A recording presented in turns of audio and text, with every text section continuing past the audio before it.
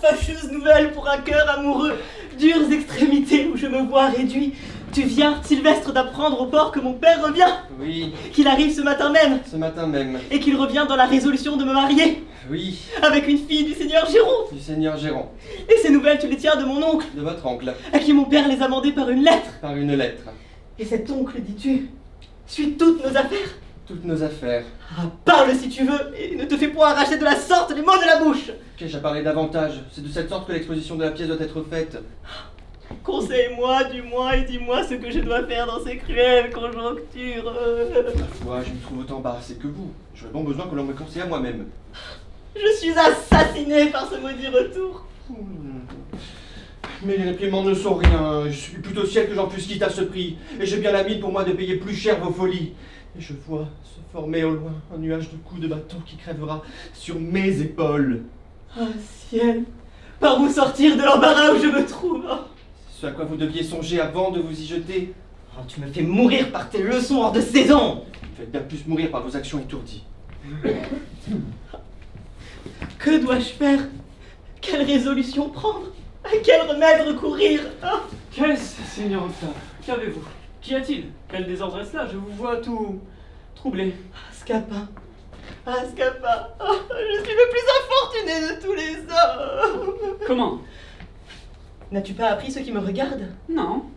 Eh bien, mon père et le seigneur Géronte reviennent et... ils veulent me marier. Eh bien, qu'y a-t-il là de si funeste?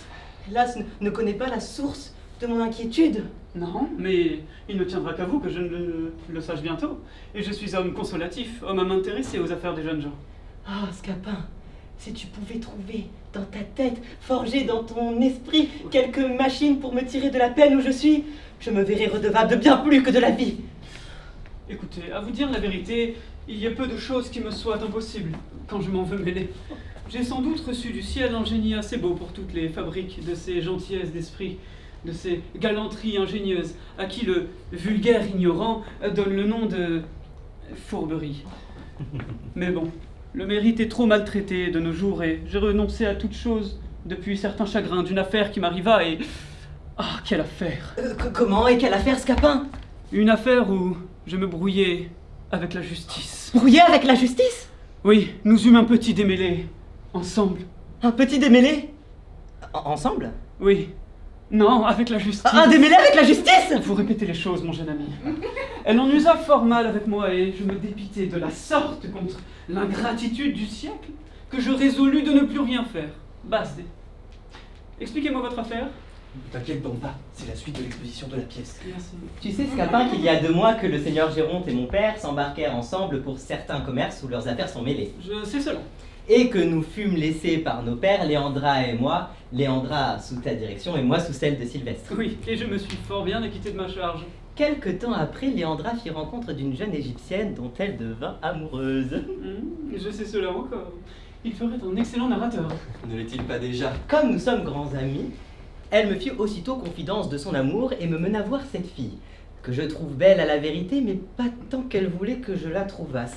Elle m'exagérait à tout moment ses beautés, sa grâce, me louait son esprit et me rapportait les charmes de son entretien, qu'elle me rapportait jusqu'à la moindre parole et qu'elle essayait toujours de me faire trouver les plus spirituelles du monde. Elle me querellait quelquefois de ne pas être assez sensible aux choses qu'elle venait me dire et me blâmait sans cesse de l'indifférence où j'étais pour les jeux de l'amour.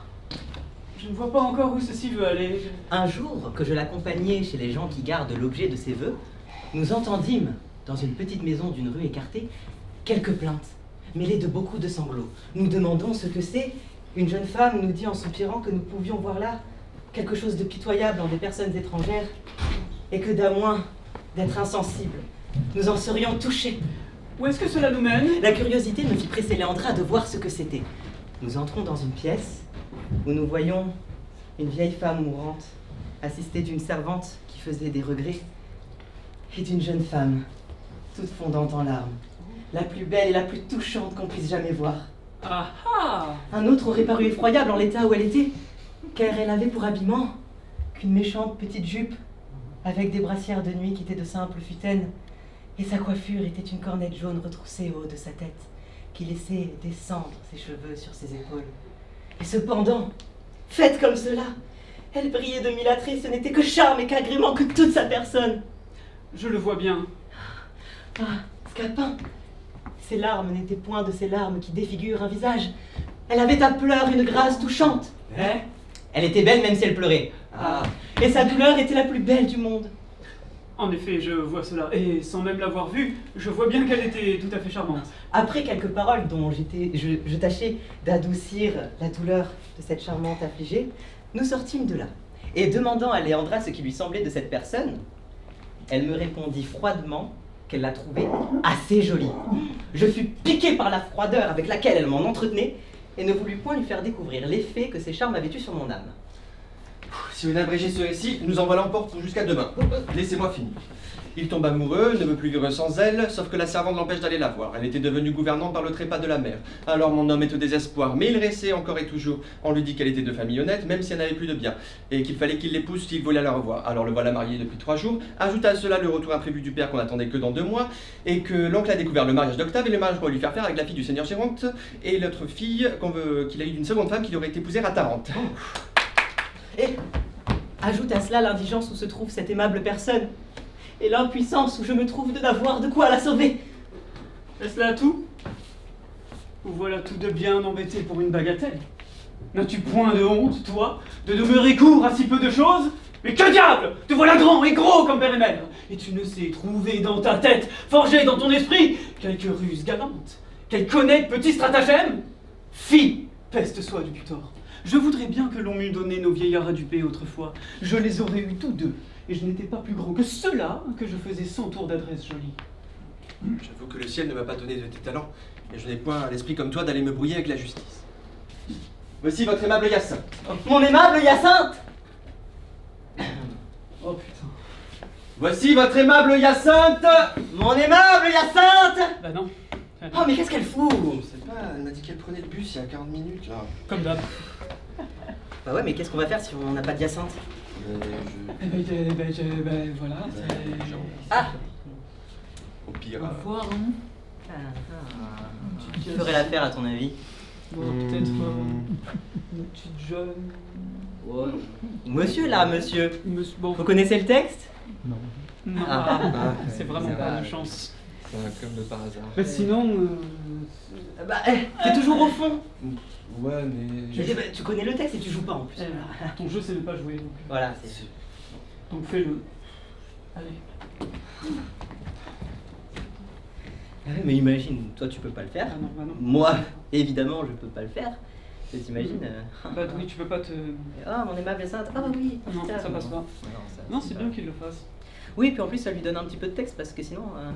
Il en met du temps à se préparer là, ça devient. Ouais, mais tu. Oh.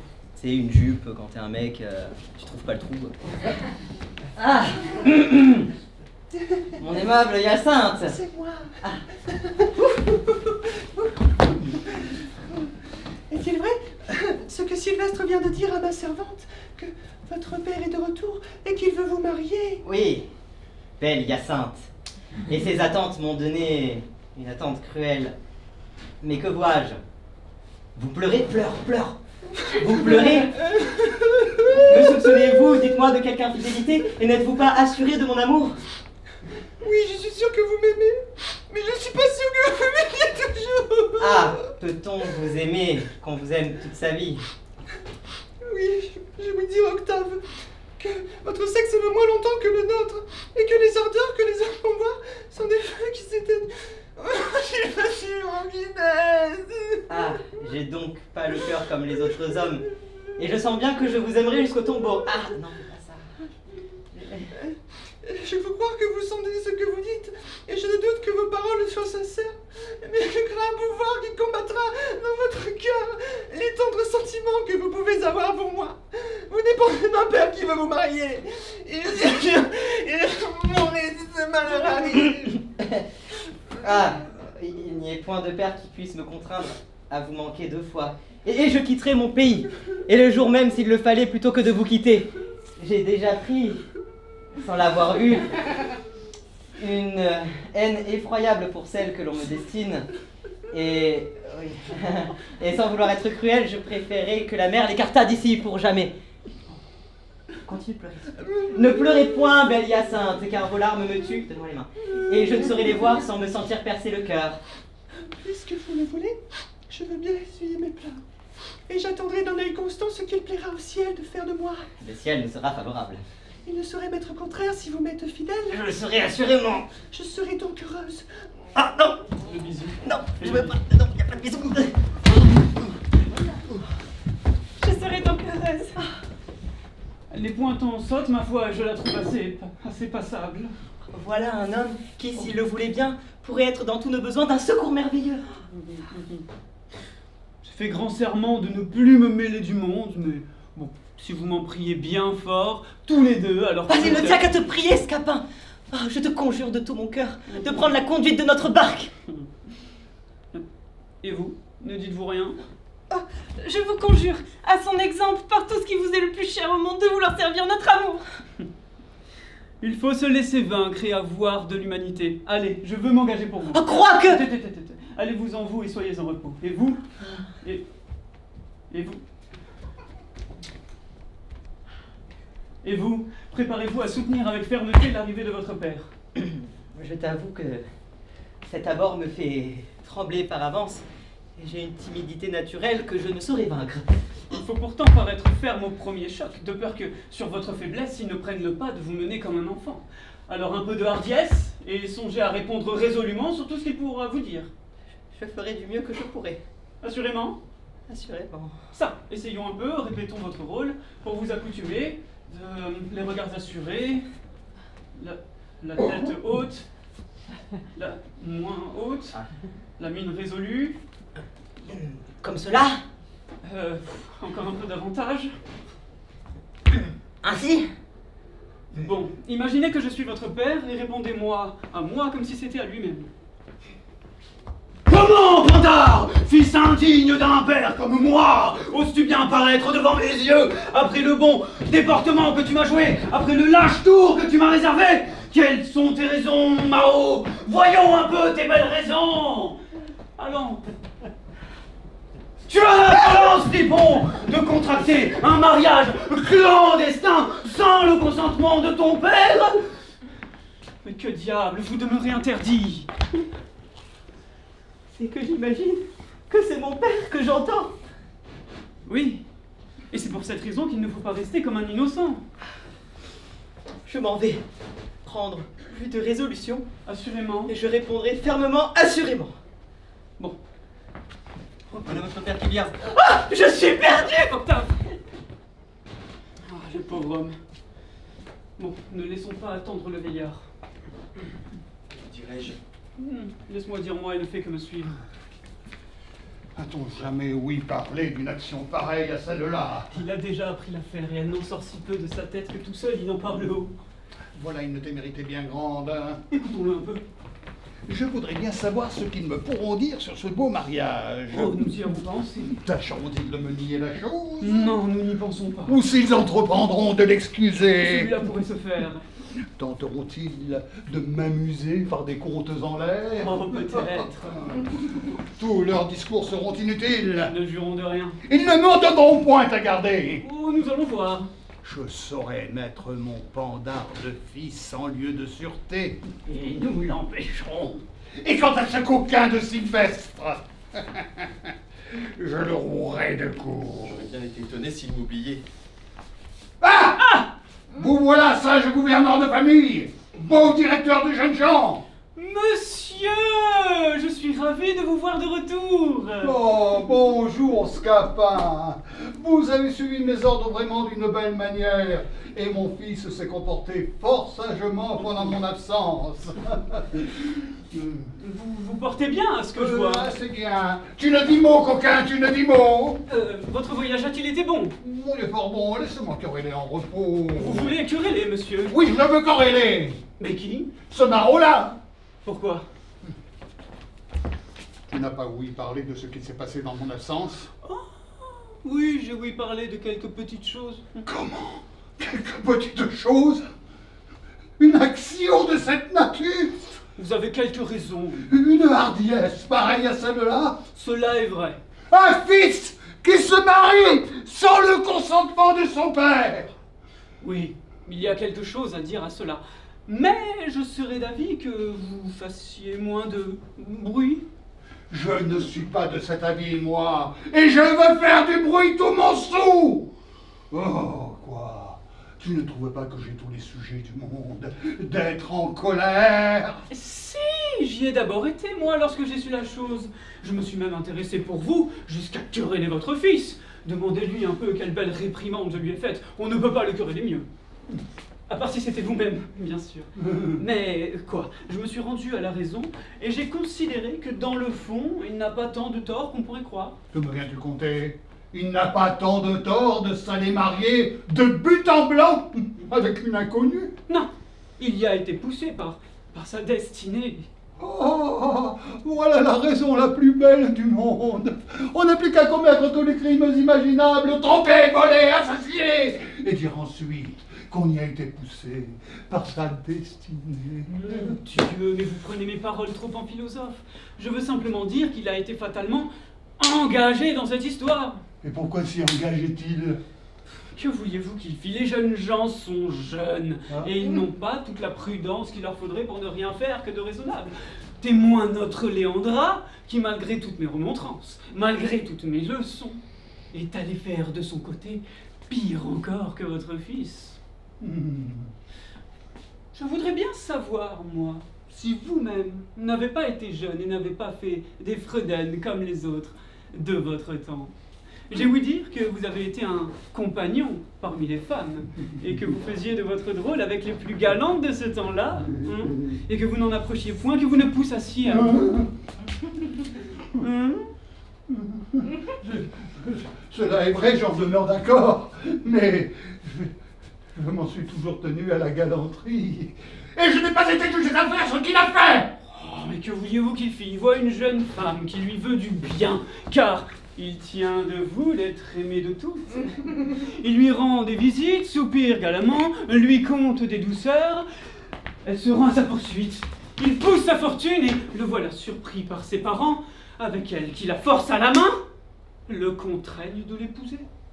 L'habile fourbe que voilà. Auriez-vous voulu qu'il se fasse laisser tuer?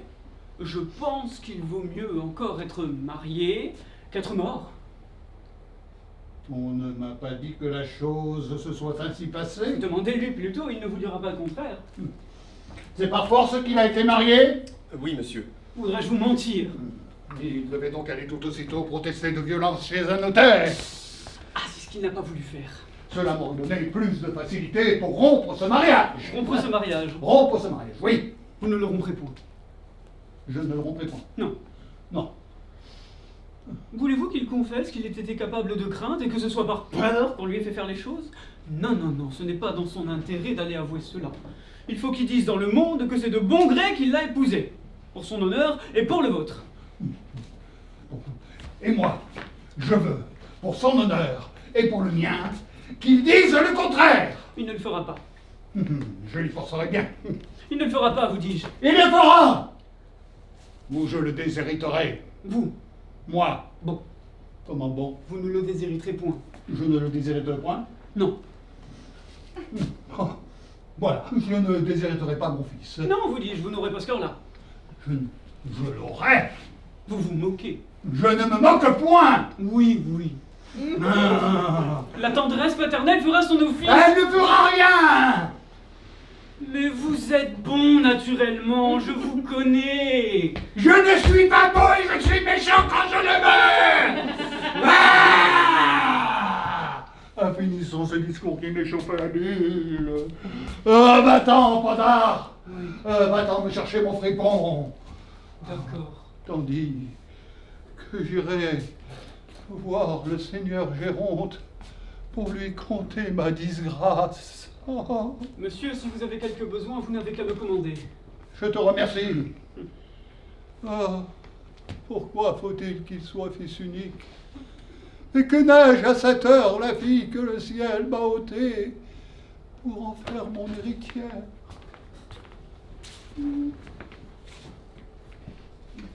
J'avoue que tu es grand homme. Et voilà l'affaire en bon train. Mais d'autre part, l'argent nous presse pour notre subsistance. Et nous avons de tous côtés des gens qui aboient après nous. Ne t'en fais pas, la machine est toute trouvée. Je cherche simplement une personne qui nous soit affidée, pour jouer un rôle dont j'ai besoin. Et Attends, tiens-toi un peu. Oh. Campe-toi sur un pied. La main au côté. Fais les yeux furibonds. Marche un peu en roi de théâtre. Parfait. Viens avec moi, j'ai des secrets pour déguiser ton visage et ta voix. Je te prie au moins de pas me brouiller avec la justice. Va, nous partagerons les périls en frères. Puis bon, 3 ans de galère, plus ou en moins, ne sont pas pour arrêter un noble cœur.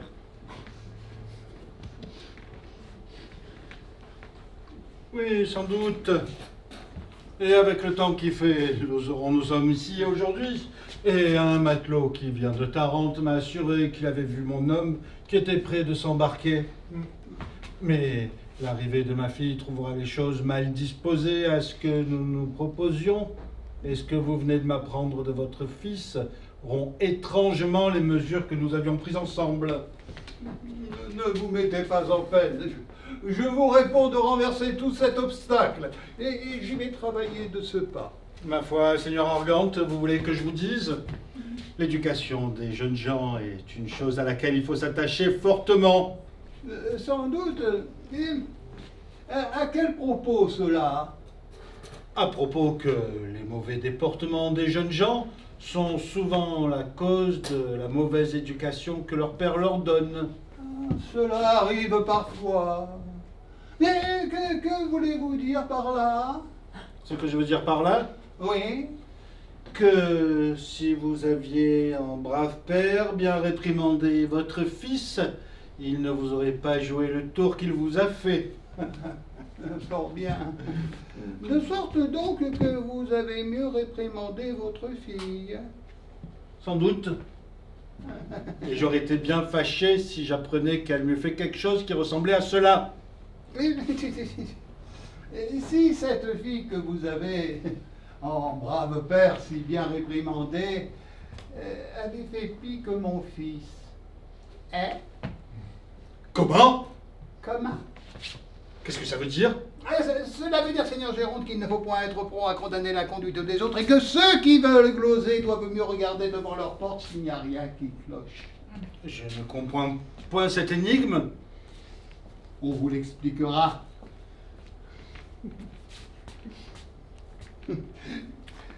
Votre scapin, en mon dépit, ne m'a dit la chose qu'en gros, et vous pourrez de lui ou de quelque autre être instruit du détail. Pour moi, je vais vite consulter des avocats pour aviser des billets que j'ai à prendre. Oh, jusqu'au revoir.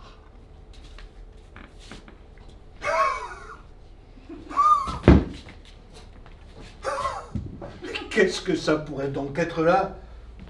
Pis encore que le sien. Pis encore que le sien, non. Je vois pas ce qu'il peut y avoir de pire et je trouve que se marier sans le consentement de son père est une chose qui dépasse tout ce qu'on peut imaginer. Ah! Vous voilà! Mon père, que j'ai de joie de vous voir de retour. Je vous retrouve enfin! Père! Léandra! Père! Léandra! Léandra! Doucement, nous avons à parler. Laissez-moi vous exprimer mon Doucement, je vous dis! Mon père? Vous refusez que je vous exprime mon transport par mes embrassements? Oui, nous avons quelque chose à démêler ensemble. Et quoi? Tenez-vous que je vous vois en face. Là! Regardez-moi entre les deux yeux! Ouais, bien! Qu'est-ce qui s'est donc passé ici pendant mon absence? Ce qui s'est passé? Oui, je veux dire, qu'est-ce qui s'est passé ici? Qu'est-ce que vous avez fait pendant mon absence? Que voulez-vous, mon père, que j'ai fait? Ce n'est pas moi qui veux que vous ayez fait, mais qui me demande ce que vous avez fait. Moi, je n'ai fait aucune chose dont vous ayez lieu de vous plaindre. Aucune. Non. Vous êtes bien résolu. C'est que je suis sûre de mon innocence. Scapin a pourtant dit de vos nouvelles. Scapin! Vous voyez, ce mot vous fait rougir, hein? Il vous a dit quelque chose de moi? Soyez n'est pas propre à vider cette affaire et nous allons nous expliquer ailleurs. Rentrons au logis. J'y reviendrai tout à l'heure. Ah, traîtresse! S'il faut que tu me déshonores, je te renonce pour ma fille et tu peux à jamais renoncer, fuir de ma présence. Me trahir de cette manière. Un coquin qui, de par sans raison, doit être le premier à cacher les choses que je lui confie et le premier à aller les découvrir à mon père. Ah, je jure le ciel que cette trahison ne demeurera pas impunie. Ah, Scapin, que ne dois-je point à tes soins que tu es un homme admirable et que Karl m'est favorable de t'apporter à mon secours. Ah, vous voilà. Je suis ravie de vous trouver, monsieur le coquin. Madame, votre serviteur, c'est trop d'honneur que vous me faites. Vous faites le méchant plaisant. Je vous apprendrai. Ouais, madame, Doucement. Non, Octave, ne me retenez point, je vous prie. madame. De grâce, voyons. Non, Octave, laissez-moi contenter mon ressentiment. Au nom de l'amitié, Léandra, ne le maltraitez point. Je vous ai fait quelque chose, madame? Tu m'as fait, traître. Oui. Calmez-vous, madame, tout va bien se passer. Est-ce que je vous... Non. Ok. Oh, c'est pointu. Je veux que tu me confesses la perfidie que tu m'as faite tout à l'heure. Oui, coquin. Je sais le trait que tu m'as joué, on vient de me l'apprendre. Oh, Et tu ne pensais pas, peut-être, que l'on me dû révéler ce secret. Mais je veux en avoir la vérité de ta propre bouche, ou je vais te passer cette épée au travers du corps. Aurez-vous bien ce cœur-là? Pardon. Madame, je vous ai fait quelque chose? Oui, fripon. Et ta conscience ne te dit que trop ce que c'est. Ah, je vous assure que je l'ignore. Tu l'ignores. Doucement. Eh bien, madame, puisque vous le voulez, je vous confesse que j'ai bu avec mes amis ce petit carton de vin d'Espagne dont on vous fit présent il y a quelques jours, et que c'est moi qui fis une feinte au tonneau et répandis de l'eau tout autour pour vous faire croire que le vin s'était échappé. Il est vrai, madame, que vous m'envoyâtes porter une petite montre à la jeune égyptienne que vous aimez le soir, et que je revins au logis les habits tout couverts de boue et le visage en sang, et vous ai dit que j'avais trouvé des bandits qui m'avaient bien battu. C'est moi qui avais gardé la montre. Ce loup-garou, il y a 6 mois, qui vous donna tant de coups de bâton la nuit et vous pensez à faire rompre le cou, vous tombâtes dans une cave en fuyant. C'est moi, tu sais, le loup-garou! Jamais je ne te pardonnerai d'avoir bu mon loup-garou en enfermant ma montre dans ta caravane en Espagne. C'est ça. Mais je veux en venir au fait et que tu me confesses ce que tu as dit à mon père. À votre père? À mon père? Non, à son Oui, père. fripon, à mon père. Ah, son père. Je ne l'ai pas seulement vu depuis son retour. Tu ne l'as pas vu? Non, mais c'est une chose que je vais vous faire dire par lui-même. Assurément. Assurément. C'est de sa bouche que je le tiens pourtant. Avec votre permission, il ne dit pas la vérité. Ah, si seulement une aide pouvait nous venir pour savoir, pour démêler cette histoire. Si Karl pouvait nous venir en aide. Alors peut-être... Je joins mes prières pour que la régie envoie Karl. Saint régisseur, puissiez-vous envoyer la ligne 1 de Karl. Karl! Quelle surprise! Incroyable! Madame, je vous apporte une nouvelle qui est fâcheuse pour votre amour. Karl! Comment? Vos Égyptiens sont sur le point de vous enlever Zabinette. Si dans 2 heures vous ne songez à leur apporter l'argent qu'ils vous ont demandé pour elle, vous l'allez perdre pour jamais. Dans 2 heures? Dans 2 heures.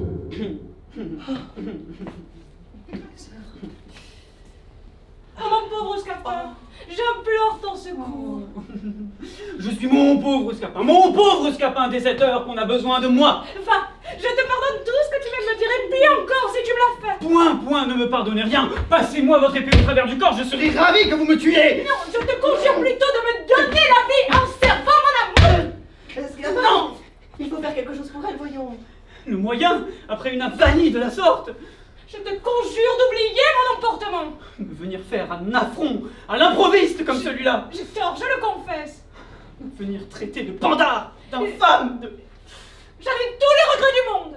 me vouloir passer son épée au travers du corps. Je t'en demande pardon de tout mon cœur. Et s'il me tient qu'à me jeter à tes genoux, tu m'y vois, Scapin, pour te conjurer encore une fois de ne me point abandonner. Scapin, il faut se résoudre à cela.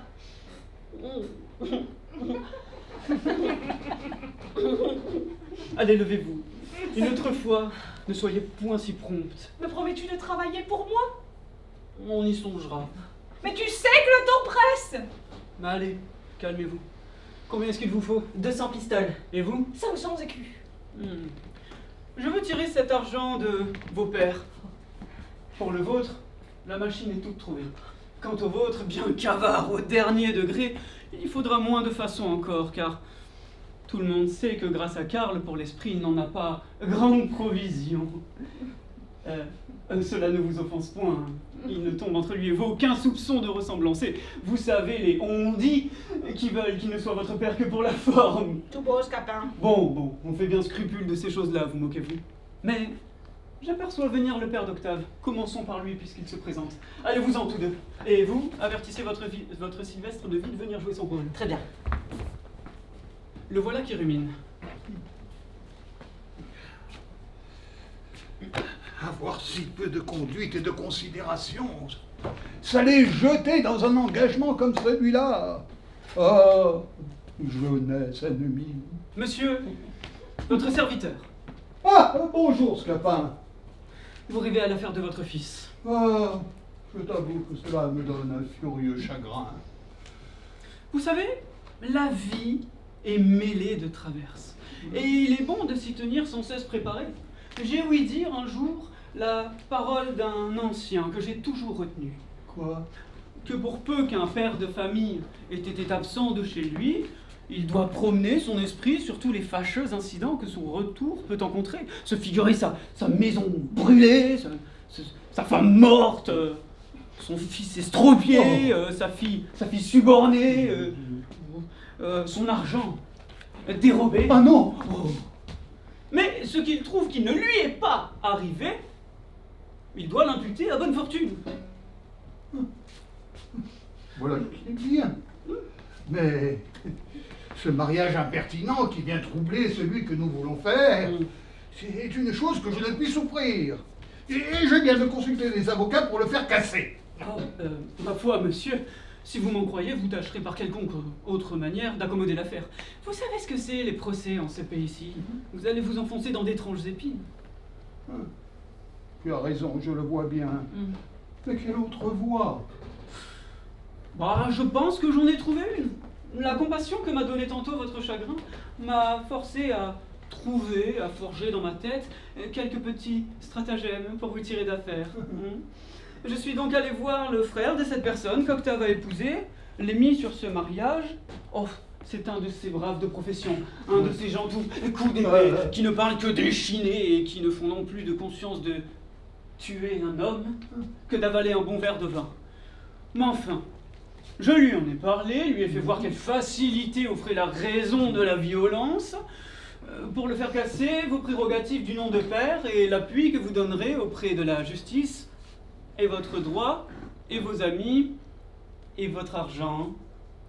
Enfin, je l'ai entourné de tous les côtés, et qu'il a prêté oreille à la proposition que je lui ai faite d'ajuster l'affaire pour quelques sommes. Il donnera son accord à rompre le mariage, pourvu que vous lui donniez de l'argent. Et qu'a-t-il demandé? Oh, d'abord des choses par-dessus les maisons. Et quoi? Oh, des choses extravagantes. Mais encore! Bah, il ne demandait pas moins que 5 ou 600 pistoles. 5 ou 600 pieds à mon cartel qui ne puisse se serrer! Se moque-t-il des gens? C'est ce que je lui ai dit, j'ai rejeté bien loin de pareilles propositions, et lui ai bien fait d'entendre que vous n'étiez point une dupe à vous demander des 5 ou 600 pistoles. Oh non. Bon, après plusieurs discours, voici où s'est réduit le résultat de notre conférence. Nous voilà au temps, m'a-t-il dit, que je dois partir pour l'armée. Le besoin de quelque argent que j'ai me fait consentir malgré moi ce qu'on me propose. Il me faut donc un cheval de service, et je ne saurais en trouver un tant soit peu raisonnable à moins de 60 pistoles. Bien pour 60 pistoles, je les donne. Il me faut aussi le pistolet et les harnais, et cela ira bien à 20 pistoles encore. 20 pistoles et 60, ce serait 80. Oh, justement. C'est beaucoup. Mais soit, je consens à cela. Parfait. Il me faut aussi un cheval pour porter mon valet, parce qu'il ne peut... Qu'il aille au diable! C'en est trop! Monsieur, Non, c'est un impertinent! un petit cheval pour son valet. Qu'il aille comme il lui plaira et le maître aussi! Ne vous allez point jeter, je vous prie. Donnez tout pour vous sortir des griffes de la justice.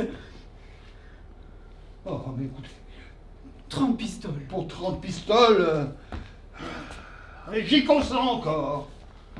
Il me faut aussi un mulet pour porter les... Qu'il aille au diable avec son mulet! C'en est trop et nous irons devant les juges! De grâce. Oh non, je n'en ferai Un rien. petit mulet. Je ne lui donnerai pas seulement un âne. Considérez. Je préfère plaider! Mais, monsieur. De quoi parlez-vous là? Et à quoi vous résolvez-vous? Jetez les yeux sur les détours de la justice. Voyez combien d'appels et de procédures embarrassantes, combien de degrés de juridiction, procureur, sergent, avocat, greffier, substitut, rapporteur, juge et leurs clercs. Il n'y a pas un de tous ces gens-là qui, pour la moindre chose, ne soit capable de donner un soufflet au meilleur droit du monde. Un sergent baillera de faux exploits sur quoi vous serez condamné sans que vous le sachiez. Le procureur, lui, s'entendra avec votre partie et vous vendra à beau denier comptant. Votre avocat, gagné de même, ne s'entendra pas lorsqu'on plaidera votre cause ou diront des raisons qui n'auront point au fait et ne feront que battre la campagne. Le rapporteur du substitut, lui, ne dira pas ce qu'il a vu, ou le substitut même soustraira des pièces, mais enfin, et quand par toutes les plus grandes précautions du monde, vous aurez paré tout cela, vous serez ébahi de voir que vos juges auront été sollicités contre vous, ou par des gens dévots, ou par cette femme qu'ils aiment tous. Eh, monsieur, sauvez-vous de cet enfer-là. C'est être damné dès ce monde que d'avoir à plaider. La seule pensée d'un procès serait capable de me faire fuir jusqu'aux Indes.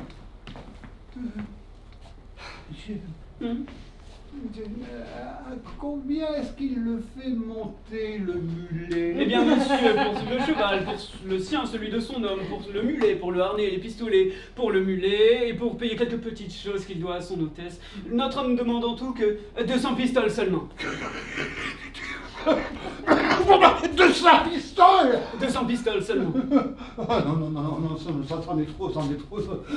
Nous plaiderons. Monsieur, faites réflexion. Je plaiderai. De grâce. Je veux plaider! Mais pour plaider, il vous faudra de l'argent. Il Hein? vous en faudra pour l'exploit, il vous en faudra pour le contrôle, il vous en faudra pour la présentation, pour le contrôle, production, journée du procureur, plaidoirie et consultation des avocats, enregistrement du greffier pour le droit de retirer le sac, façon d'appointement, sentence et arrêt. Sans compter tous les présents qu'il vous faudra faire. Oh là là. Non, donnez 200 pistoles à votre homme et vous voilà hors d'affaires. 200 pistoles? Mais oui, vous y gagnerez. J'ai fait un petit calcul en moi-même de tous les frais de la justice et j'ai trouvé qu'en donnant 200 pistoles à votre homme, vous en aurez de reste pour le moins 150. Sans compter les soins et les chagrins que vous épargnerez, je préférerais donner 300 pistoles même que d'avoir à plaider. Je me moque de cela et je défie les avocats de rien dire de moi. Écoutez, vous ferez comme il vous plaira. Mais si je n'étais que de vous, je plaiderais pas. Je ne donnerai pas de 100 pistoles. Eh bien, voici l'homme dont il s'agit. Scapin! Faites-moi un peu connaître ce faquin d'Argante qui est le père d'Octave.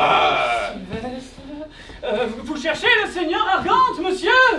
Oui, je viens d'apprendre qu'il veut me mettre en procès et faire rompre par justice le mariage de ma sœur. Oh! Je ne sais pas s'il a cette pensée-là, monsieur, mais il ne veut point consentir aux 200 pistoles que vous demandez. Il dit que c'est trop. Ah, par la mort, par la tête, par le ventre. Si je le trouve, je le veux échiner, tu sais, être roué tout vif. Enfin, monsieur, ce père d'Octave a du cœur et peut-être ne vous craindra-t-il point. Oui. Par le sang, par la tête. Oh. S'il était là, je lui donnerais tout à l'heure l'épée dans le ventre. Qui est cet homme-là? Ah, ce n'est pas lui, monsieur, ce n'est pas lui. N'est-ce point quelqu'un de ses amis? Non, non, non, non, non, c'est son ennemi capital. Son ennemi capital? Ah, parbleu, j'en suis ravi. Vous êtes ennemi, monsieur, de ce faquin d'Argante, hein? Oui, oui, oui, oui, je vous en réponds. Ah, touchez-la.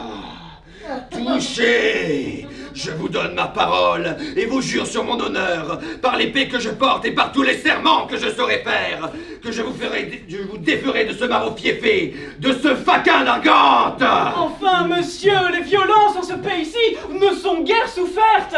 Et vous savez ce que c'est en ce pays-ci, les procès. Oh, Ah, je me moque de tout et je n'ai rien à perdre! oh, mais ce père d'Octave a des amis, des gens, des domestiques dont il se fera secours contre votre ressentiment. Ah, mais c'est ce que je demande, morbleu! C'est ce que je demande! À tête, à ventre, que ne les vois-je à cette heure avec tout son secours? Que ne paraît-il au milieu de 30 personnes? Que ne les vois-je fondre sur moi les armes à la main? Allons, donnons, tue, point de quartier! Ah, de ferme, bon pied, ah, bon œil! Ah, coquin! Ah, canaille! Vous en voulez par là? Hein? Vous en voulez par là? Vous en voulez par là? Ah, je vous en ferai tâter votre sou! Soutenez, Marot, soutenez! Allons, à cette vote! À cette vote! À cette autre! À celle-ci! À celle-là! Ah, comment? Vous reculez! Pied ferme, morbleu, pied Ah, ferme! voilà, monsieur, elle n'en est pas, enfin, clairement pas. Oh, Non, non, monsieur, non, arrêtez. ah, voilà qui vous apprendra à vous oser jouer de moi! C'est bon. L'autre. Vous voyez combien de personnes tuées pour 200 pistoles? Bon. Sus. Je vous souhaite bonne fortune. Plaît-il? Je me résous à donner les 200 pistoles. Ah, pour l'amour de vous, j'en suis très heureux. Vous n'avez qu'à me les donner. Je les ai sur moi. Allons le trouver. Il faut que vous me les donniez. Il ne faut pas que vous paraissiez ici après avoir paru là pour autre chose que ce que vous êtes. Et de plus, en vous faisant connaître, j'ai peur qu'il n'alla s'aviser de vous demander davantage. Oui, mais j'aurais bien aimé savoir comme je donne mon argent. Est-ce que vous vous défiez de moi? Ah non! Oh là, monsieur, je suis fourbe ou je suis honnête homme? C'est l'un des deux. Si je vous suis suspect, vous n'avez qu'à chercher des secteurs qui accommodera votre affaire. Est-ce que dans cette affaire, je n'ai d'autre intérêt que mon maître, celui à qui vous voulez vous allier? Voudrais-je vous mentir, monsieur? Oh. Tiens, Non! Ne me donnez pas votre argent. Ce serait bien aise que vous vous serviez de quelque autre. mon Dieu! Tiens! Non, vous dis-je, que sais-je? Peut-être que je vais vous voler votre argent. Ah. Tiens, te dis-je! Merci. Oh, ne me fais pas contester davantage! Mais songe à bien prendre tes sûretés avec lui. Hein? Ne vous inquiétez pas, il n'a pas à faire un saut. Je vais t'attendre chez moi. Hein? Elle est en sécurité. Et de un. Je n'ai qu'à chercher l'autre et... Oh, ma foi, le voici. Il semble que Karl les amène l'un après l'autre dans mes filets. Ah, ciel. Ah, ciel. Ah, ciel. Non, j'arrive pas. Ah, ciel. Ok. Oh, ciel! Oh, disgrâce imprévue! Misérable père! Pauvre Géronte! Que feras-tu? Et que dit-il de là, de moi, avec ce visage affligé comme ça? N'y a-t-il personne pour me dire où est le Seigneur Géronte? Eh bien, qu'est-ce qui se passe, Capin? Ah, en vain je cours de tous côtés sans le pouvoir trouver. Mais qu'est-ce que c'est donc? Je suis là! Ah, il faut qu'il soit caché en quelque endroit qu'on ne puisse point deviner. Je suis là, Scapin. Enfin, es-tu aveugle que tu ne vois pas? Monsieur, il n'y a pas moyen de vous rencontrer. Mais il y a 1 heure que je suis là devant toi. Bon, enfin, qu'est-ce qu'il y a donc? Monsieur, Quoi? monsieur, votre fille Eh bien, ma fille. est tombée dans une disgrâce la plus étrange du monde. Et quelle? Eh bien, je l'ai trouvée toute triste. Tantôt, de je ne sais quoi que vous lui avez dit, ou vous m'avez mêlé assez mal à propos d'ailleurs. Cherchant à divertir cette tristesse, nous nous sommes allés promener sur le port. Là, entre autres plusieurs choses, nos yeux se sont arrêtés sur une galère turque, assez bien équipée. Là, un jeune turc de bonne mine nous a invités d'y entrer. Il nous a présenté la main, nous a fait 1000 civilités, nous a présenté la collation, où nous avons mangé des fruits les plus excellents qui se puissent se trouver de tout le monde, monsieur, et bu du vin que nous avons trouvé le meilleur du monde. Mais qu'y a-t-il de si affligeant dans tout ça? Attendez, j'ai pas fini! Pendant que nous mangions, il a fait mettre la galère en mer. Et se voyant éloigné du port, il m'a fait mettre dans un esquif et m'envoie vous dire que si vous ne lui envoyez pas par moi tout à l'heure 500 écus, il va vous emmener votre fille en Alger. Comment? Oui, Diantre! oui, 500 écus! oui. Et il ne m'a donné pour cela que 2 heures. Ah, le pandard de Turc m'a assassiné de la sorte! Si Oh, mais que diable allait-elle faire dans cette galère? on ne songez pas à ce qui est arrivé, monsieur. Songez qu'il ne m'a donné que 2 heures. Va-t'en, Scapin, va-t'en dire à ce Turc que je vais lui envoyer la justice après lui! La justice, en pleine mer. Vous moquez-vous des gens? Oh, mais que diable allait-elle faire dans cette galère? Ah, une méchante destinée conduit parfois les personnes. Ah, il faut, Scapin, que tu fasses l'action d'un serviteur fidèle. Oui, monsieur. Que tu vas voir ce pandard de Turc et tu lui dis qu'il me renvoie ma fille et que tu prends sa place en attendant que j'ai amassé la somme qu'il demande. Voilà. Voilà, monsieur.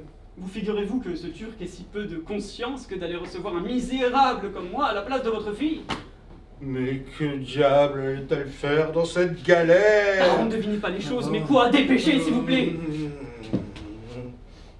Attends. Tu dis qu'il demande 500 écus. 500 écus? Mais n'a-t-il point de conscience? Vraiment, oui, de la conscience, c'est un Turc. Sait-il au moins ce que c'est que 500 écus? Oui, monsieur, il sait que c'est 1500 livres. Et croit-il que 1500 livres se trouvent dans le pas de... un cheval? Oui, ce sont des gens qui n'entendent point de raison. Que diable allait-elle faire dans cette galère? Mais de grâce, dépêchez, monsieur. Laissez-la, cette galère. Tiens, attends... Voici une clé.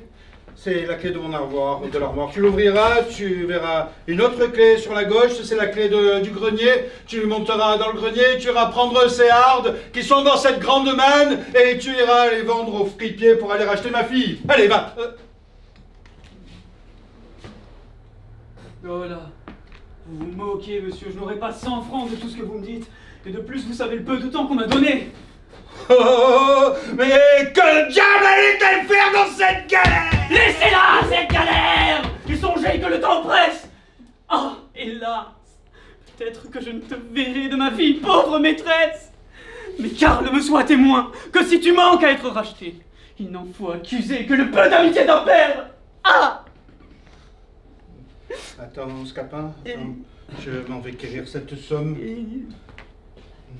Dépêchez donc vite, monsieur, je tremble que l'heure ne sonne!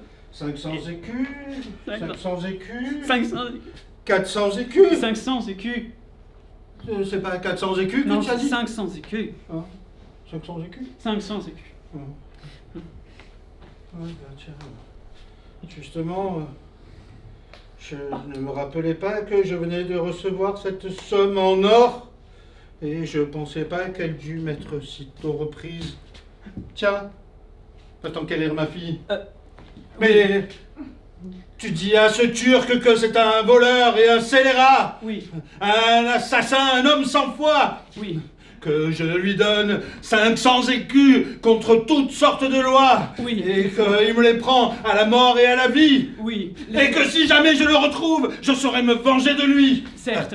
Allez, va chercher ma fille, va donc. Monsieur, Oui. où est donc cet argent? Ne te l'ai-je donc point donné? Permettez que je vérifie. Non, vous me l'avez pas donné, vous l'avez remis dans votre poche.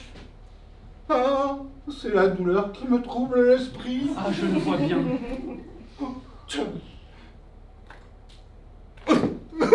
Ma pauvre ma fille. Ah, traître turc. Ah, maudite galère. Ah, mais qu'allait-elle faire dans cette galère? Il ne peut pas digérer les 500 écus que je lui arrache, mais il n'est pas quitte envers moi. Et je veux qu'il me paye en une autre monnaie l'imposture qu'il m'a faite auprès de sa fille. Eh bien, Scapin, as-tu réussi pour moi dans ton entreprise? As-tu pu sauver mon amour de la peine où il est? Pour vous, voici 200 pistoles. Oh, que tu me redonnes de Pour joie! vous, je n'ai rien pu faire. Il faut donc que j'aille mourir. Et je n'ai que faire de vivre si Zerbinette m'est ôtée. Allez, venez là. Comme diantre, vous allez vite. Que veux-tu que je devienne? J'ai votre affaire ici. Tu me redonnes la vie. À une condition. Oui? Que vous me permettez à moi une petite vengeance contre votre père. Tout ce que tu voudras. Vous me le promettez devant témoin. Oui. Voici, 500 écus pour vous. Allons-en promptement racheter celle que j'aime. Il n'est pas dit qu'impunément on m'ait mis en état de me trahir moi-même et qu'on découvrit des secrets qu'il était bon qu'on ne sût pas.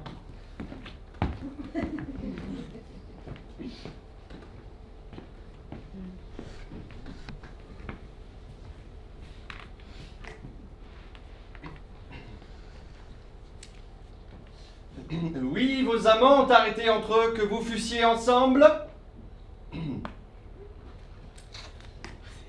Oui, vos amants ont arrêté entre eux que vous fussiez ensemble. Bah, les Wallis. Oui, Zerbinette. Merde. Oh, diantre.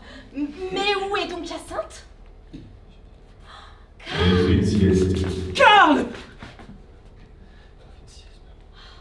Ah, Hyacinthe n'a pas beaucoup de présence aussi. oui. Ouais, c'est pas faux. Remplacez-la. Oh putain. Mais du coup, on fait comment? Faut demander à quelqu'un? Non, Non, on arrête de faire semblant, ils savent que bon. Mais au pire, tu le refais quoi. Oui, non, bah oui, Bah, ça si. t'allait très bien. Non, ça t'allait très bien. non, c'est bon, je veux pas. Pourquoi? Pas envie. Mais sinon, toi, tu peux t'y Euh, coller, ça y est. Top 5 des raisons de pourquoi. Ouais. On s'en fout, tu le fais toi. T'as Mais les non, mais je cheveux peux longs, pas, je c'est peux- joli, c'est. Ah ouais, d'accord, les cheveux longs, c'est forcément les meufs. Ah, bon, Non, c'est c'est tout. joli. Mais sinon, elle joue en fait. Ouais, voilà. Sinon, elle fait ça, en fait. Elle est là pour ça. J'ai galéré sur la dernière phrase. C'est chaud. Ouais. Attendez. Un tel ordre n'a rien.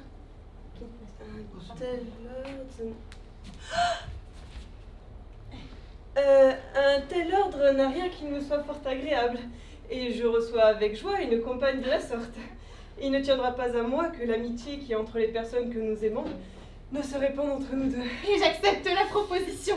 Et ne suis point personne à reculer lorsqu'on m'attaque d'amitié. Et lorsque c'est d'amour qu'on vous attaque?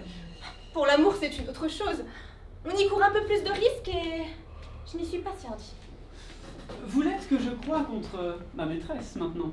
Et ce qu'elle a fait pour vous doit vous donner du cœur à répondre correctement à ses attentes. Mais ce n'est pas suffisant. Oh. J'ai l'humeur enjouée Mhm. et sans cesse je ris. Mais tout en riant, je suis sérieuse sur de certains chapitres. Et ta maîtresse s'abusera si elle croit qu'il lui suffise de m'avoir acheté pour me voir tout à elle. Il doit lui en coûter autre chose que de l'argent. Et pour répondre à son amour de la manière qu'elle souhaite, il me faut un don de sa foi assaisonné de certaines cérémonies Oui, qu'on trouve nécessaires. c'est là aussi comme elle l'entend. Et je n'aurais pas été homme à me mêler de cette affaire s'il en avait été autrement. Elle ne prétend à vous qu'en tout bien, tout honneur.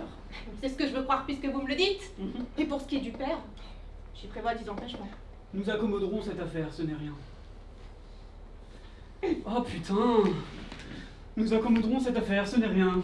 Oh, la ressemblance de nos destins doit contribuer encore à faire naître notre amitié. Et nous nous trouvons tous deux dans les mêmes alarmes, tous deux exposés à la même infortune. Mais vous avez cet avantage au moins que vous savez de qui vous êtes né. Et l'appui de vos parents que vous pouvez faire connaître est capable d'ajuster tout, peut assurer votre bonheur et faire donner consentement au mariage qu'on trouve fait. Mais pour moi, je ne trouve aucun secours dans ce que je puis être. Et l'on me trouve dans un état qui n'adoucira pas les volontés d'un père qui ne regarde que le bien. Mais vous aussi avez-vous cet avantage, que l'on ne tente point par un autre parti, celui que vous aimez. Mais le changement du cœur d'un amant n'est pas ce qu'on peut le plus craindre. On se peut naturellement croire assez de mérite pour garder sa conquête. Et ce que je trouve de plus redoutable dans ces sortes d'affaires, c'est la puissance paternelle, auprès de qui tout le mérite ne sert de rien.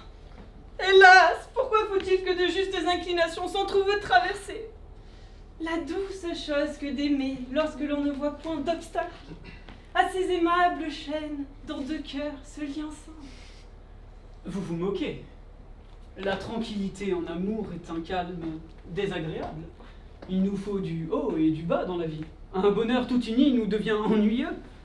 Les difficultés qui se mêlent aux choses augmentent les plaisirs, réveillent les ardeurs. Mon Dieu, Scapin, fais-nous donc Rapso ce récit qu'on m'a dit qui est si plaisant. Oh. Du stratagème dont tu t'es avisé pour tirer de l'argent à ton vieillard avare. Tu sais bien qu'on ne perd point sa peine lorsqu'on fait un compte et que je me paie assez bien par la joie qu'on y doit prendre. Voici Sylvestre qui va s'en acquitter aussi bien que moi.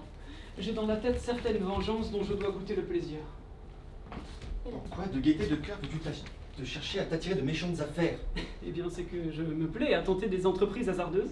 Je te l'ai déjà dit, tu quitterais le dessein que tu as si tu m'en voulais croire. Ah oui, mais c'est moi que j'en croirais. Oui, mais... De quoi diable... Tu vois que tu... De quoi diable te mets-tu en peine, Mais- Sylvestre? Que diable te vas-tu t'amuser? Les coups de bâton Mais les coups de bâton, que tu vas te prendre... ce ne sont que des menaces qui passent bien loin au-dessus de ma tête, tu sais, et ça ne m'a jamais fait peur. Oh, je hais ces cœurs pusillanimes qui, par trop prévoir la suite des choses, n'osent rien entreprendre. Nous aurons besoin de tes soins. Allez-vous-en, je vous irai bientôt rejoindre.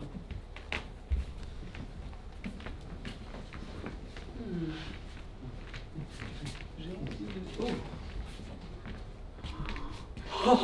Eh bien, Scapin, où en est l'affaire de ma fille? Votre fille, monsieur, est en lieu de sûreté, mais vous courez maintenant, vous, le péril le plus grand du monde. Et je voudrais pour beaucoup que vous fussiez dans votre logis. Comment? Alors que je parle, monsieur, on vous cherche de toutes parts pour vous tuer. Moi? Oui, Mais qui? le frère de cette personne qu'Octave a épousée. Il pense que le dessein que vous avez de mettre votre fille à la place que tient sa sœur est ce qui pousse le plus à faire rompre leur mariage.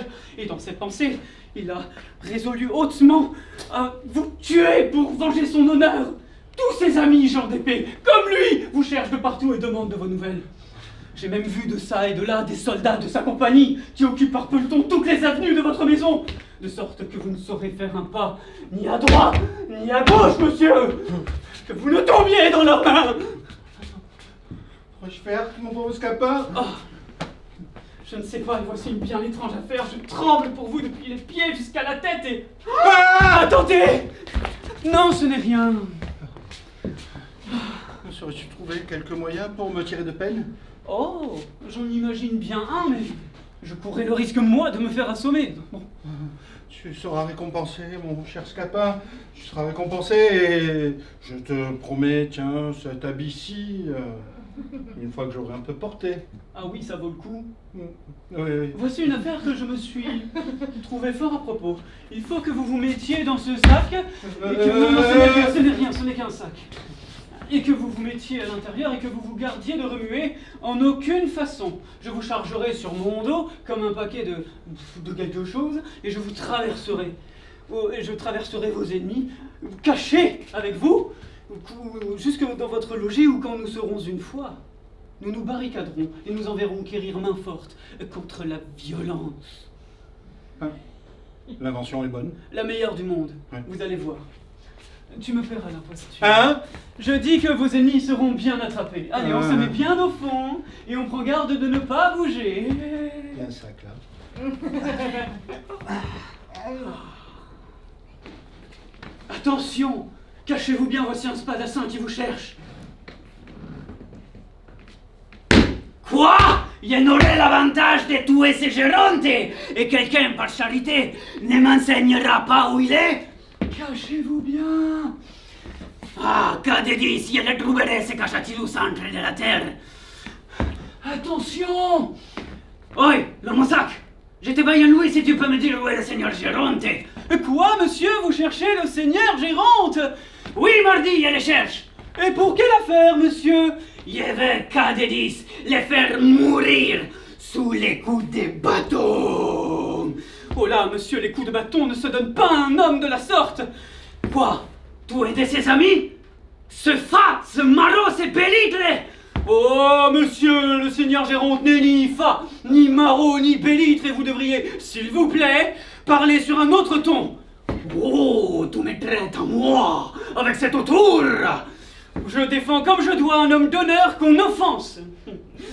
Ah, tu es de ses amis, à la bonne heure. Voilà qui c'est. Ah, monsieur, arrêtez.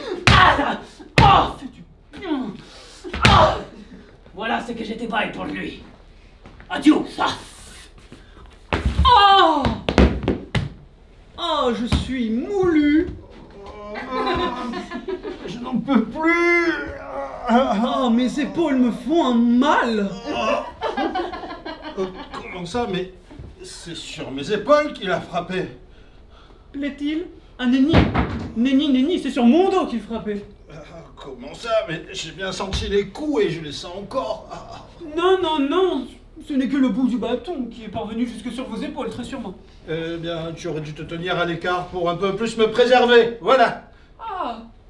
Bah attendez, cachez-vous, voici un autre qui a la mine d'un étranger.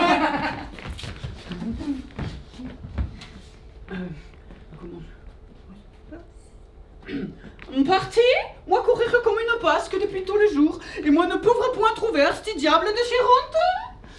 Surtout cachez-vous bien, hein. Dites-moi un peu, vous, monsieur l'homme, vous ne pouvez savoir point où est ce Géronte que moi chercher?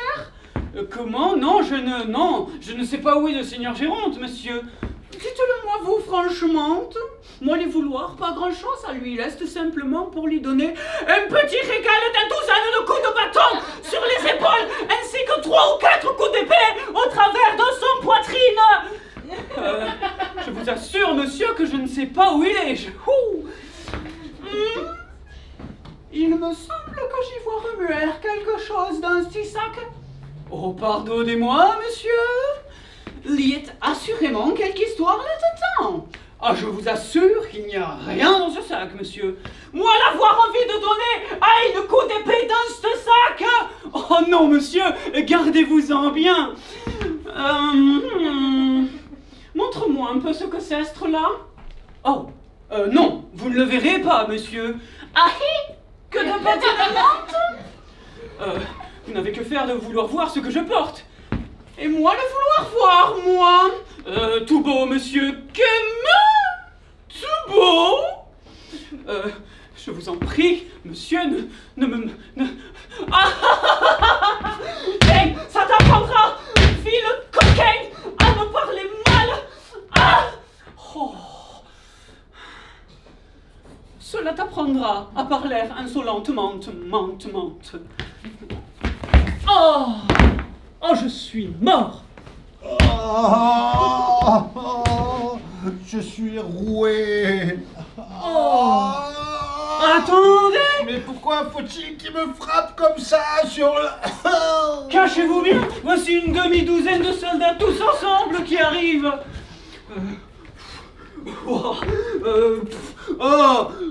Trouvons ce Géronte. Cherchons partout. N'épargnons point nos pas. Allez, on y va. À gauche, à droite. Non, si fait. Nenni.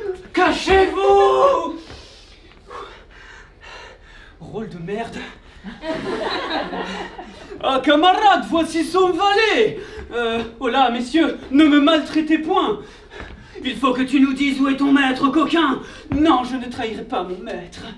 Si tu ne nous dis pas où il est, on va faire pleuvoir sur toi une ondée de coups de bâton. Je préfère souffrir toute chose que de vous découvrir le seigneur Géronte. Tu as envie d'être battu, hein? Oh non, je n'ai pas envie, mais vraiment, je suis fidèle. Ah, tu es tâté, oh, hein? sont partis. Ah ben, il en reste un. Ah! Assassin! Traître! C'est comme ça que tu m'assassines! Tu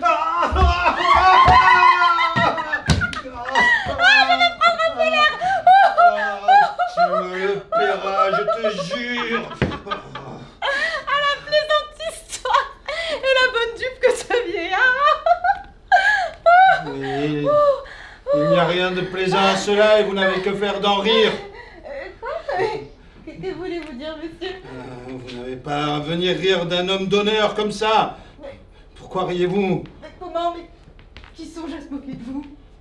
De moi? Oui. C'est pourquoi vous venez me rire comme ça au nez? Mais non, mais Hein? cela ne vous regarde pas et je ris toute seule d'un conte qu'on vient de me faire. Le plus plaisant qu'on puisse entendre. Je ne sais pas si c'est parce que je suis intéressée dans la chose, mais je n'ai jamais rien trouvé de si drôle qu'un tour qui vient d'être joué par une fille à son père pour en tirer de l'argent. Par une fille à son père pour en tirer de l'argent. Oui. Ben, pour peu que vous me pressiez, vous me trouverez assez disposée à vous dire la chose. Et j'ai une démangeaison naturelle à faire part des contes que je sais. Je vous prie de me raconter cette histoire. Je veux bien. Bon, je ne risquerai pas grand-chose à vous la dire et c'est une aventure qui n'est pas pour être longtemps secrète. La destinée a voulu que je me trouvasse parmi une bande de ces personnes qu'on appelle Égyptiens. Et qui, rôdant de province en province, se mêlent de dire la bonne fortune et parfois de beaucoup d'autres choses. En arrivant en cette ville, une jeune femme me vit et conçut pour moi de l'amour. Dès ce moment, elle s'attache à mes pas, et voilà d'abord, comme tous les jeunes gens, qui croient qu'il n'y a qu'à parler et qu'au moindre mot qu'ils nous disent, leurs affaires sont faites. Mais elle trouva une fierté qui lui fit un peu corriger ses premières pensées. Elle les trouva disposées à moyenner quelques sommes pour me donner à elle. Mais le mal de l'affaire, c'était que mon amante se trouvait dans une situation où on retrouve souvent les enfants de famille. C'est-à-dire qu'elle était un peu dénuée d'argent. Et elle a un père qui, quoique riche, est un avaricieux fiefé, le plus vilain homme du monde. Attendez. Oh, ne me saurais-je souvenir de son nom? Allez, aidez-moi un peu. Ne pouvez-vous me nommer quelqu'un en cette ville qui soit connu pour être avare au dernier point? Non. Il y a à son nom du ronronte. Oh, ronte! Oui! Non. J'ai ronte! Oui, justement! Le voilà, mon vilain, je l'ai trouvé! C'est ce cadre-là que je dis! Bon, pour en revenir à notre histoire, nos gens ont voulu aujourd'hui partir de cette ville et mon amante m'allait perdre faute d'argent si, pour en trouver de son père, elle n'avait trouvé du secours dans l'industrie d'un serviteur qu'elle a. Pour le nom du serviteur, je le sais à merveille. Il s'appelle Scapin! C'est un homme incomparable qui mérite toutes les louanges qu'on peut lui donner. Ah, coquin que tu es! Voilà le stratagème dont il s'est servi pour attraper sa dupe. Ah, je ne saurais m'en souvenir que je ris de tout mon cœur. Il est allé trouver ce chien d'avare et il lui a dit qu'en se promenant sur le port avec sa fille, ils avaient vu une galère turque dans laquelle on les avait invités d'entrer. Qu'un jeune turc leur y avait donné la collation et que tandis qu'il mangeait, on avait mis la galère en mer et qu'il l'avait renvoyé à terre, lui seul, dans un esquif, avec ordre de dire au père de sa maîtresse qu'il envoyait sa fille en Alger s'il ne lui envoyait tout à l'heure 500 écus. Oh, voilà mon ladre, mon vilain, dans de furieuses angoisses. Et la tendresse qu'il a pour sa fille fait un combat étrange avec son avarice. À 500 écus qu'on lui demande. Ce sont justement 500 coups de poignard qu'on lui donne. Il ne peut se résoudre à tirer cette somme de ses entrailles. Et la peine qu'il souffre lui fait trouver 100 moyens ridicules pour avoir sa fille. Il va envoyer la justice en mer après la galère du Turc. Il sollicite son valet à s'en offrir à les tenir la place de sa fille jusqu'à ce qu'il ait amassé la somme d'argent qu'il n'a pas envie de donner. puis il abandonne pour faire les 500 écus, 4 ou 5 vieux habits qui n'en valent pas 30. Bah, le valet lui fait comprendre à tout coup l'impertinence de ses propositions. Et chaque réflexion est douloureusement accompagnée d'un « Mais que diable allez-vous faire dans ces galères? Oh, maudite galère! Traître de Turc !» Enfin bon, après plusieurs détours, après avoir longtemps gémi et soupiré, bah, il me semble que vous riez point de mon compte. Qu'en dites-vous? Je dis que la jeune fille est une insolente et une pandarde qui sera punie par son père du tour qu'il lui a joué. Et que l'égyptienne est une impertinente et une méprisable de dire des insultes à un homme d'honneur qui saura lui apprendre à venir débaucher ici les enfants de famille. Et que le valet est un scélérat qui par Géronte sera dès demain envoyé au gibet. Ah!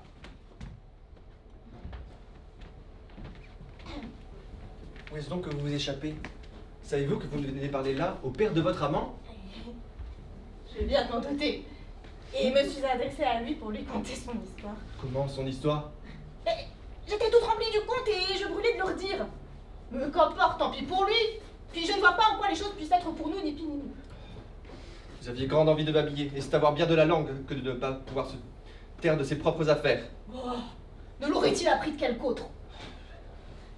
Oh là, Sylvestre! Entrez. Bon, voilà mon maître qui m'appelle. Vous vous êtes accordé, coquin. Vous vous êtes accordé, Scapin. Vous et mon fils, pour me fourber. Et vous croyez que je l'endure? Ma foi, monsieur, si Scapin vous fourbe, je vous assure que je n'y trempe en aucune façon et je m'en lave les mains. Nous verrons cette affaire, Pandare. Nous verrons cette affaire. Mais je ne prétends pas qu'on me fasse passer la plume par le bec.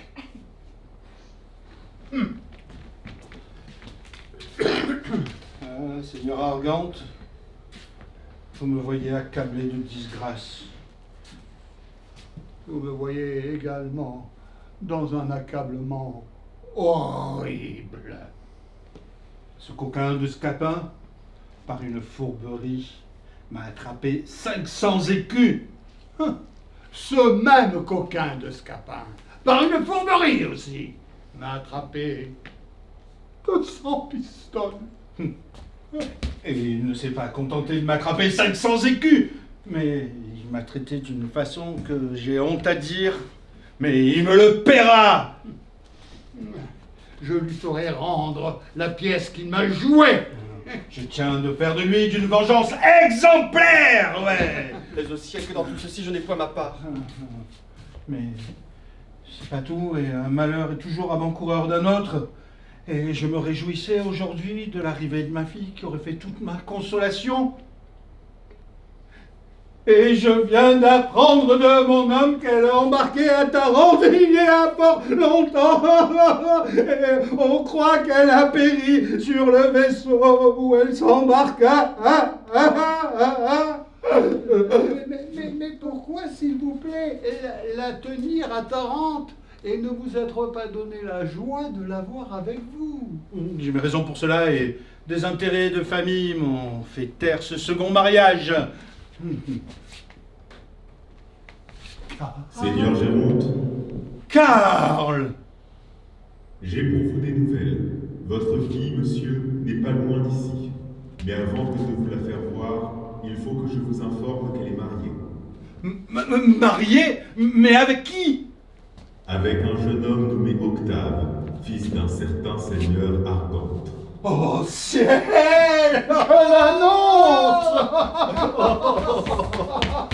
Allons. Voilà une aventure tout à fait surprenante. Eh bien, Sylvestre, que font nos gens? Alors, j'ai deux avis à te donner. L'un, que l'affaire d'Octave est accommodée. Notre Hyacinthe s'est trouvé la fille du seigneur Géronte, et le hasard a fait ce que la prudence des pères avait délibéré. Notre avis, c'est que les deux vieillards font contre toi des menaces épouvantables, surtout le seigneur Géronte. Tu sais, les menaces sont des nuées qui passent bien loin au-dessus de ma tête. je trouverai une façon d'accommoder leur courroux. Car tu sais, ils sont pas très fut-fut. Grâce à Karl, encore une fois. Regarde à toi. Les filles se pourraient bien raccommoder. Voilà qui arrive. Allons, ma fille, allons, allons chez moi. Oh, ma joie aurait été totale si j'avais pu voir votre mère avec vous. Voici Octave tout à propos. Venez, mon fils, venez vous réjouir de l'heureuse aventure de votre mariage. Le ciel Non, a mon volé- père! Toutes vos propositions de mariage ne me seront jamais de rien. Je dois lever le masque avec vous. Et on vous a déjà dit mon engagement. Oui, mais enfin, tu ne sais pas que... Je sais tout ce qu'il y a à savoir. Oui, mais enfin... La fille du Seigneur Géronte est peut-être... La fille du Seigneur Géronte ne me sera jamais de rien. Mais c'est elle! Non, monsieur. Monsieur? Non, monsieur, excusez-moi, mais mes résolutions sont prises. Mais ta femme... Non! Je mourrai plutôt que de quitter mon aimable Yassin.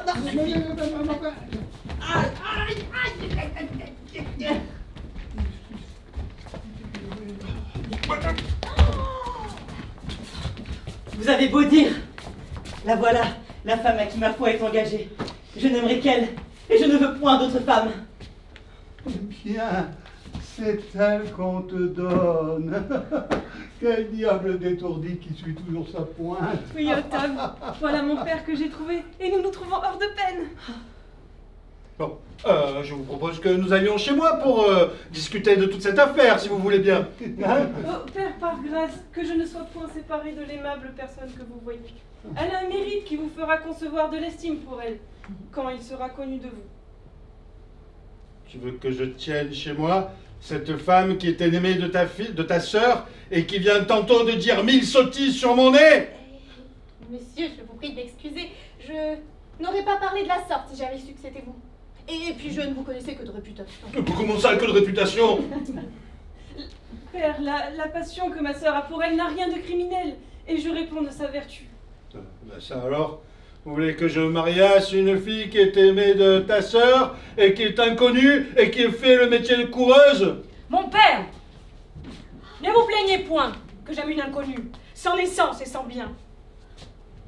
Ceux de qui je l'ai rachetée viennent de m'apprendre qu'elle est de cette ville, et d'honnête famille, que ce sont eux qui l'y ont dérobée à l'âge de 4 ans.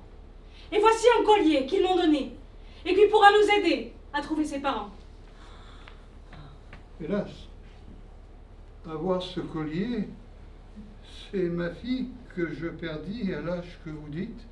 Votre fille? Ce l'est, et j'y vois tous les traits qui m'en peuvent assurer. Oh ciel, que d'aventure extraordinaire! Ah, messieurs, il vient d'arriver un accident étrange. Le pauvre Scapin. C'est un coquin que je veux faire pendre! Hélas, monsieur, vous ne serez pas en peine de cela. En passant entre un bâtiment, il lui est tombé sur la tête un marteau de tailleur de pierre qui lui a brisé l'os et découvert toute la cervelle. Il se meurt, et il a prié qu'on l'apportât ici pour vous pouvoir parler avant que de mourir. Mais où est-il? Le voilà.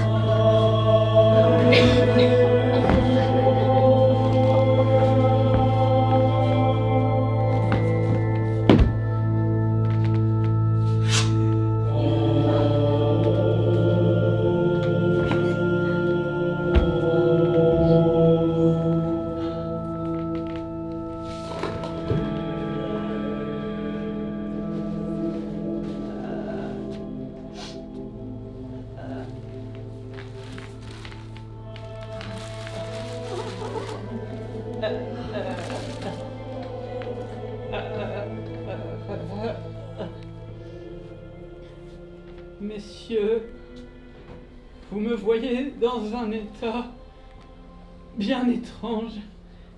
Je n'ai pas voulu mourir sans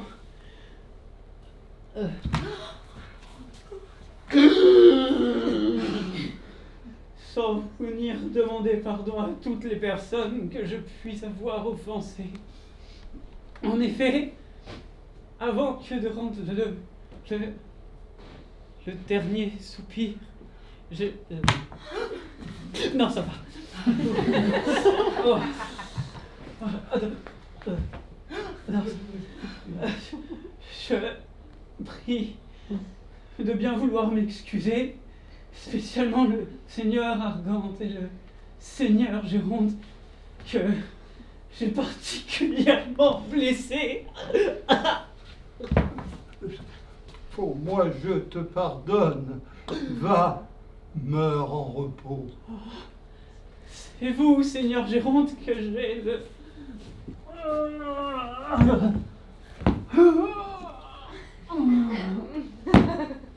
le plus offensé de par les coups de bâton que C'est bon, je te pardonne. Je te pardonne. Ça a été une témérité bien grande à moi. Que les coups de bâton. Laissons cela. Les malheureux coups de Mais bâton. bon Dieu, tais-toi. Les coups de bâton. Mais c'est bon, ça suffit. Voilà, je te pardonne, voilà qui est fait. C'est bon, je te pardonne. Allez. Je te pardonne à condition que tu mourras. Comment? Et je me dédie de ma parole si des fois tu en réchappes.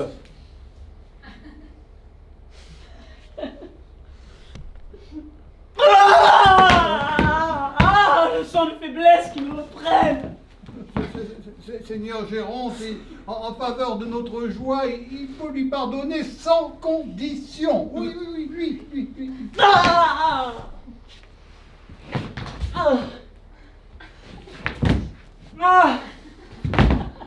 Soit. Allons souper ensemble pour goûter notre plaisir. Allez.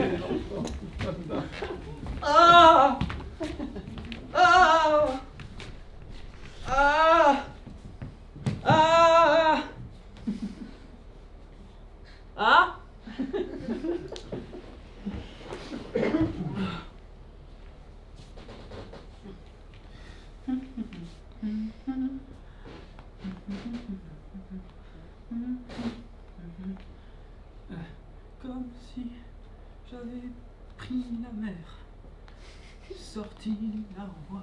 Non, c'est pas ça. Bon. Et moi, qu'on me mène au bout de la table, en attendant que je meure.